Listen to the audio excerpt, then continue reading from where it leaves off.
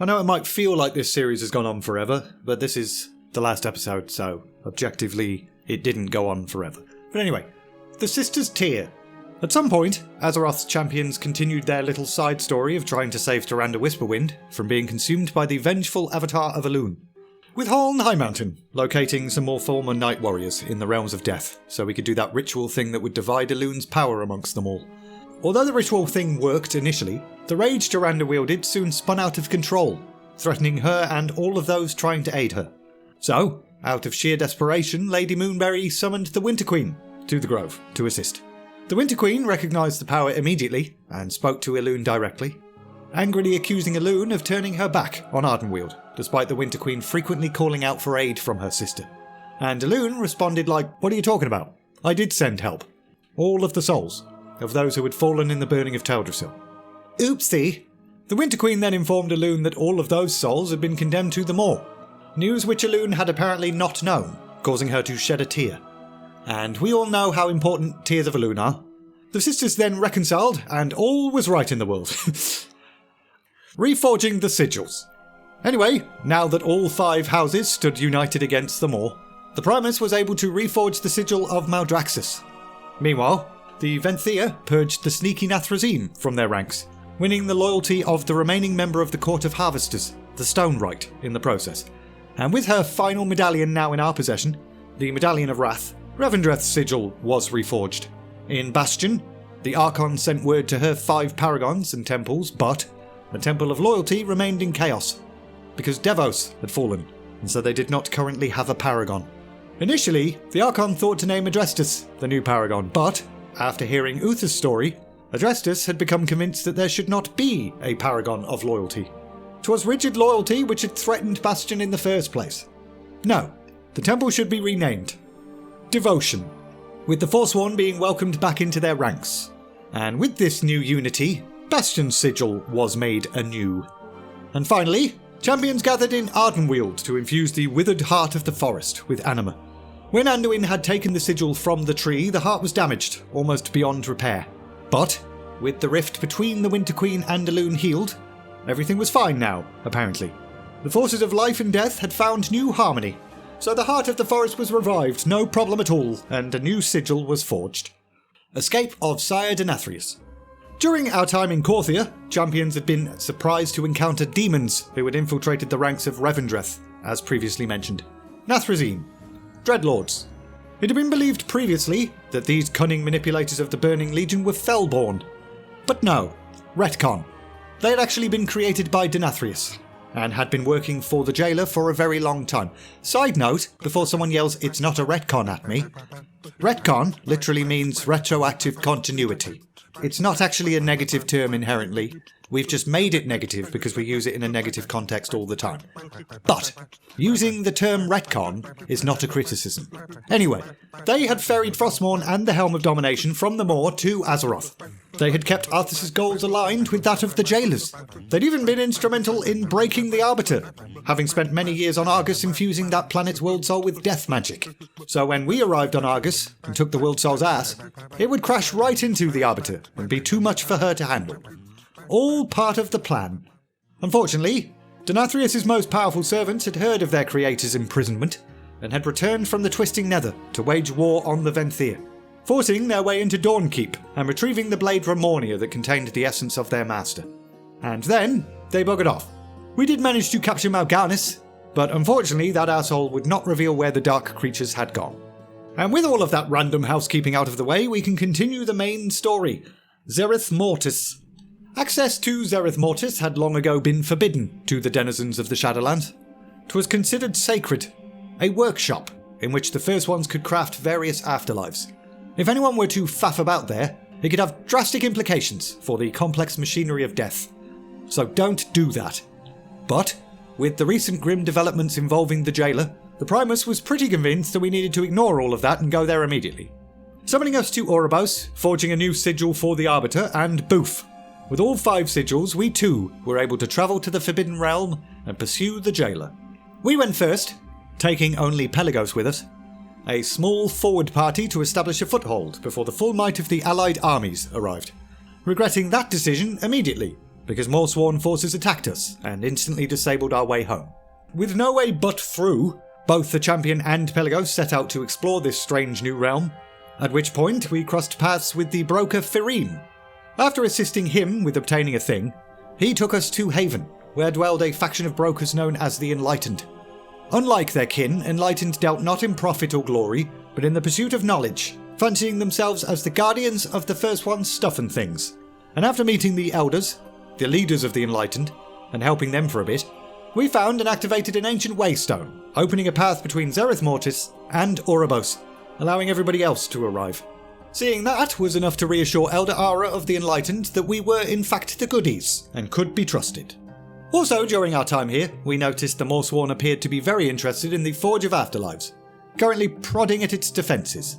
The Allied forces head to the Forge, and a sprawling battle ensued, but we were then needed elsewhere, because Mal'Ganis had started playing silly buggers at some point, disguising himself as the champion and infiltrating our forces to sow confusion, which worked because I'm very confused right now. Unfortunately, rooting out Mal'Ganis, we then discovered this was just a ruse to buy time. And rushing back to the Forge, we found Anduin subduing a strange creature, an oracle. The corrupted king was using domination magic on the poor thing, and turning it into a Morsworn abomination. The jailer then arrived, instructing the oracle to destroy an obelisk, the security measure defending the Forge. So it did, and the final protection of the Forge of Afterlives was shattered. Both the jailer and Anduin then marched forward into the sepulchre of the First Ones, but we, the heroes of Azeroth, were gonna have to find a different way to pursue them, or something. Sylvanas awakens. At some point, Uther met us in Haven. Chronicle literally refers to us as players in this section. Don't know if that was a typo or a brain fart or something, but anyway, Uther had been working diligently to redeem himself ever since the events of the Kyrian Covenant campaign a few videos ago. And although it wasn't mentioned in the Reforging the Sigils bit, we also assisted him in regaining his missing soul fragment at some point as well. Uther informed us that when the jailer reunited Sylvanas' soul bits, he had condemned her to endless torment, with the Banshee Queen part now battling the Ranger General part, forevermore. Now, a lot of us reacted to that news with a loud "who gives a shit," but Bolvar insisted that she could still prove a valuable asset. Sylvanas was the only one who knew the full scope of the jailer's plans. She might yet know of a way to save Anduin as well. Side note, Uther looked even more kindly on Sylvanas than most. The jailer's compelling words and fragmentation of his soul had sent him down a dark path too. He touched Sylvanas' hand to the wound in his chest so that he could communicate with her in her mind palace, informing her that she needed to accept the things done by the Banshee Queen. In the words of Carl Jung, water, fire, air and dirt. Fucking magnets, how do they work? With that wonderful advice, Sylvanas reawakened, now seeking to help the champions, and all was right in the world. Working with Elder Ara once again, we then constructed an ancient translocator between the Sepulcher and Zereth Mortis, at last gaining a way into the final raid of the expansion. But we still needed a way to resist the jailer's domination before we could face him, and Sylvanas was the one to provide insight into the solution for that thing. Anduin was the key, apparently, and since she was the one to wield Kingsmorn against the young king, she could possibly assist us in breaking the jailer's hold on him. Anduin returned. At the Sepulcher, the very essence of creation was being devoured. Should it collapse, reality itself would be unmade, and ain't nobody got time for that. We fought our way through the raid's defences towards Anduin, facing off against the fallen Oracle, the Artificer who led the Morsworn, and a proto-version of the Eternal Ones as well. Eventually, we found Anduin and took his ass, but even as he fell to his knees, the jailer refused to give up on his prize. The Mournblade Kingsmorn began pulling Anduin's soul into itself, such the fate of all who wielded the jailer's Mournblades, and all seemed lost, right up until it wasn't, with the light granting Anduin a vision. He was not alone. The two who had last wielded Charlemagne stood beside him, his father, Varian, and Varric Sarthang, a reminder of valour and honour, which gave Anduin the strength to resist the jailer, allowing the young king to pull the blade apart in two, releasing the soul that powered and bound the blade together. The soul of Arthas Menethil.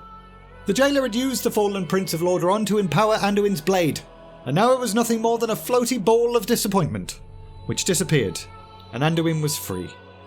Albeit broken from all the horrendous things he'd been forced to do, and therefore unable to offer any information in regards to counteracting the jailer's magics. So big ol' waste of time that. But we then came up with a plan B. Since the Primus had created the Helm of Domination, perhaps he could forge that into an artifact that could resist blah blah blah blah blah blah blah. So, Bolvar, Darien, Sylvanas and Anduin lent their memories of domination resistance to the Primus. And with that, the Primus crafted the Crown of Wills. At last, we could finally counter the Jailer's power. Huzzah! A new Arbiter. This apparently squeezes in here for some reason. In Oribos, the Eternal Ones were pondering a different problem. With no Arbiter, souls would continue to flow to the Maw, and the Anima drought would continue. 'Twas Pelagos and the Champion that lent their strength to finding a new one. Slap bang in the middle of the raid, I guess. First, we accompanied the Oracle Caesura to the resonant peaks of Zereth Mortis to retrieve an empty vessel of an Eternal One. But an empty vessel alone would not be enough. We needed a soul to empower the vessel. So we went to the crypts of the Eternal to get one. However, they were guarded heavily by Morsworn, and even after gaining entrance to the place and commencing the ritual, even more forces showed up and summoned the soul of Argus the Unmaker. We took Argus's ass, yet again, but our ritual had been thwarted, at which point Pelagos volunteered to provide his own soul instead. He would become the new Arbiter. Having seen and felt so much in his travels, his innate compassion had only grown. Caesura could see that this was a noble soul, so she accepted, and so a new Arbiter was created, one with a soul and also compassion that would probably do a much better job than the last one. Sepulcher of the first ones. Back to the raid. The machine of origination at the heart of the complex was on the verge of full activation now. Probably shouldn't have left and faffed about with Pelagos, to be honest. The Jailer was now a breath away from his goal. He put forward his best champions in an effort to hold us off, so we took a couple more bosses' asses, the Dreadlords Mal'Ganis and Quintessa, as well as a constellar named Rygalon, whom the Jailer had corrupted as well. And then we arrived at the heart of eternity, attacking the Jailer himself. Unfortunately, our desperate attacks were not enough. Baldy successfully attuned the machine, and it began its terrifying process. From the bowels of Icecrown Citadel in Northrend, more machinery awoke and started to siphon the very life force from Azeroth itself. Fuel for the unmaking of reality. And we just went ahead and poured everything we could into our attacks, hitting the Jailer even harder than we had before or something. And that worked. The Jailer fell to his knees, flashing back to his imprisonment in the Maw all those millennia ago, seeing the anger and scorn upon the faces of his brothers and sisters. At which point, the Jailer called back to what had motivated him in the first place. Something terrible was coming. A force that a divided cosmos could not hope to counter. Without drastic action, none would survive. And to be honest, I think something inside me died when I saw this cutscene. I think that's why I hate this part the most. It straight up killed the piece of me that feels joy. Anyway, Bold Loser then faded away, leaving only an empty vessel husk thing behind. And we then shut down the machine of origination, saving Azeroth's life force. With no leader, the remaining Morsworn in Zereth Mortis scattered, and the rifted sky overhead closed as well, for good measure. The expansion was finished. Huzzah! Couple more sections though. Balance restored. Pelagos' first act as Arbiter was to preside over the trial of Sylvanas Windrunner. She was guilty of great crimes. That much was certain. She didn't even deny them. However, she had been deceived by the Jailer, and she did now regret the crimes that she had committed, also helping us with his demise as well. Sylvanas knew full well to whom she must answer. Tyrande Whisperwind. Whenever the High Priestess decreed as punishment, Sylvanas would accept. Tyrande reluctantly recognised that Sylvanas had changed. She could not forgive and forget, but she could see that Sylvanas was no longer the same woman who had burned Teldrassil. So, Tyrande announced that Sylvanas would return to the Maw, track every soul wrongfully sent there, and return it to Oribos for proper judgment. This was accepted without protest, and Sylvanas immediately buggered off to begin that task that would take a very long time to complete. A new world tree. The Winter Queen also summoned Tyrande Whisperwind to a meeting at some point, curious to know if the priestess felt like she'd found justice at all. And Tyrande revealed that although she had come to the realm of death seeking vengeance, she had in fact found renewed hope. This pleased the Winter Queen, who then mentioned that she was glad Tyrande had moved past her hatred. And then, the Winter Queen gifted the High Priestess a large seed, made from the tear of a loon, explaining that she had offered all of the lost souls of Teldrassil that had been returned by the champion a permanent place in Ardenweald, an offer that they had denied, instead wishing to aid in the creation of a new world tree. All of them had given themselves to breathe life into this tear, and thus it had formed this seed. And Tyrande, more grateful than words could possibly express, accepted this gift. And the final section of this entire book, and the end of this series, a new beginning. Of all Azeroth's inhabitants, only one chose not to return home, Anduin. See, he was now full of shame for his deeds under the jailer's control. He may not have made the choice to turn on his allies, but some small part of him enjoyed the bloodshed, the chaos that ensued. Anduin was a little bit worried that this experience had somehow tainted his soul, that if he called out to the light, it would not answer. As far as he was concerned, he did not deserve to be any kind of king or leader. So, he headed to the moor and met with Sylvanas, opening up to her about his thoughts and feelings. And she offered what insights she could from her own experience, acknowledging that she took responsibility for her actions and found peace in doing the work, moving steadily if not slowly forward. Anduin then thanked her for that fulfilling conversation, buggering off, happy that Sylvanas had given him food for thought. Uncertainty was part of the journey. You make mistakes, you learn from them. None of us are perfect. All you can do is move forward and continue to do the work. That's how you grow.